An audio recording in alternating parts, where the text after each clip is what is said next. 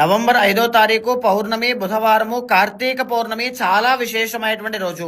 మీరైనా నేనైనా మానవ జన్మ ఎత్తాము అంటే ఖచ్చితంగా కర్మ ప్రభావం ఉండడం వలనే జన్మిస్తాము. జాతక దోషాలు కూడా కర్మ దోషం వలనే వస్తుంటాయి.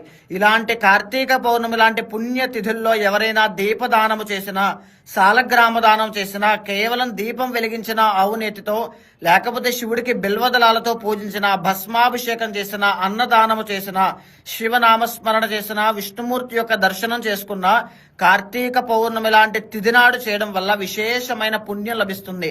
కర్మ అంతా కూడా తొలగిపోతూ ఉంటుంది. మేజర్ గా చెప్పాలి అంటే వృషభ రాశి, సింహరాశి, తులారాశి, ధనస్సు రాశి, కుంభరాశి వాళ్ళకి గురు బలము అనేటువంటిది లేదు. మకర, కుంభ, మీనరాశి వాళ్ళకి ఏలినాటి శని కర్మదోషం నడుస్తోంది. అదేవిధంగా ధనస్సు రాశి వాళ్ళకి అర్ధాష్టమ శని నడుస్తోంది. సింహరాశి వాళ్ళకి అష్టమ శని ప్రారంభమైంది. మిథున రాశి వాళ్ళకి కంటక శని నడుస్తోంది.